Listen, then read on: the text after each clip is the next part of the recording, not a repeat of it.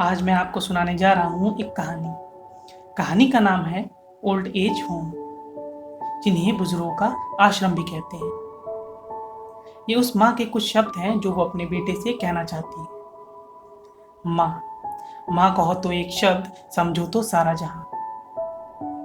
ये उस माँ का दर्द है जिनके बच्चे उनको उनके आखिरी समय में सहारा न बनकर बोझ समझ लेते हैं। न जाने कब वो इतने बड़े हो जाते हैं कि जिनकी उंगलियों ने उनको चलना सिखाया, उन्हीं के हाथों को वो पकड़ के आश्रम छोड़ आते हैं। क्या गुजरती है उस माँ पे? कभी सोचा है कि क्या गुजरती है उस माँ पे जिसने 9 महीने अपना खून पिलाकर तुमको इस दुनिया में आने के काबिल बनाया? उन्हीं को हम दर दर के ठोकर खाने के लिए छोड़ देते हैं। क्या खूब कहा है किसी ने, उसके लबों पे कभी बद्दुआ नहीं होती, उसके लबों पे कभी बद्दुआ नहीं होती, सिर्फ एक माँ है जो कभी खफा नहीं होती, क्योंकि उसका दिल एक समंदर जैसा है। वो अपने बच्चों से नफरत कैसे कर सकती है? हर किसी के नसीब में नहीं होता है माँ बनना, हर किसी के नसीब में नहीं होता है माँ बनना, फिर भी माँ से बढ़कर कोई नहीं इस दुनिया में। कहानी शुरू होती है एक बड़े शहर से।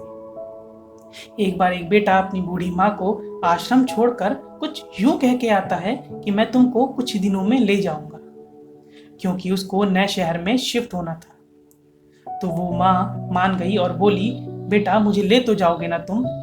बेटा बोला, हाँ माँ, कुछ ही दिनों की बात है, फिर मैं, तुम, आपकी बहू, आपके पोता पोती सब साथ मिलकर रहेंगे। उस माँ ने भी भरोसा कर लिया कि उसका बेटा कुछ ही दिनों में उसको ले जाएगा।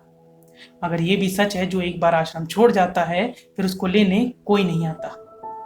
फिर आंखों की रोशनी खत्म होने के साथ वो आस भी खत्म हो जाती है कि उसको लेने कोई आएगा। जब वो माँ पहली बार आश्रम जाती है तो उसको अपने जैसे बहुत लोग मिलते हैं। वो उनको देख बिल्कुल नहीं घबराती। उसको यकीन होता है कि उसका बेटा उसको लेने आएगा। मगर वहां पे जितने भी लोग होते हैं सब उसको यही समझाते हैं कि अब कोई नहीं आने वाला, अब यही तुम्हारा घर है, जितनी जल्दी हो सके इस बात को मान लो। मगर वो माँ एक ना सुनती किसी की, वो सबसे अलग रहने लगती है। फिर एक शाम वो परेशान होकर अपने बेटे को फोन मिलाती है और पूछती है, बेटा घर तो पहुंच गए ना? खाना खा लिया होगा तुमने? तभी बेटा कहता है, माँ मैं अभी मीटिंग में हूँ, बाद में बात करूंगा। इतना कह के वो फोन रख देता है। ऐसे कई हफ्ते दिन गुजरते जाते हैं और यही सिलसिला चलता रहता है। कभी तो फोन ही नहीं मिलता, कभी मैं मीटिंग में हूं कह के बहाना वो फोन काट देता है। अब उस माँ की भी आस खत्म हो चुकी थी। वो कह तो नहीं पाती किसी से, मगर वो अपने बेटे से पूछना चाहती है। उसको उसका बचपन याद दिलाते हुए कहती है कि कैसे जब तूने मुझे पहली बार माँ बोला था। उसकी शरारतें याद कर वो मुस्कुरा उठती है कि कैसे हर दम तू मेरे पीछे पड़ा रहता था, सिर्फ मैं ही तुझको चाहिए होती थी। उसको याद दिलाती है कैसे बगीचे से आम तोड़ते हुए तू गिर पड़ा था, रोते हुए सीधा मेरे पास आया था। मैं वो जरा सी चोट देख के सहम सी गई थी, और आज वो दिन है बेटा, तुझे मेरी जरूरत ही नहीं। माँ कहती है, मुझे पता है बेटा, आज तुम इस मुकाम तक पहुंच चुके हो जहां पे मेरी तुम्हें अब कोई जरूरत नहीं है। एक बात कहूं बेटा, जब तुम मेरी उम्र में पहुंचोगे तब तुमको पता चलेगा कि कितना तकलीफ उठाकर अपने बच्चों को पालना, और वहीं जब बड़े हो जाएं तो अपने बूढ़े माँ बाप को घर से निकाल दें तो कैसा लगता है। फिर भी मैं एक माँ हूं, कभी बद्दुआ नहीं दूंगी। मैं पूछना चाहती हूँ बेटा, क्यों मुझे इस भीड़ में छोड़ के चला गया? मैं घर पे सारे काम कर दूंगी, शायद अभी आवाज तुम तक ना पहुंच रही हो मेरी।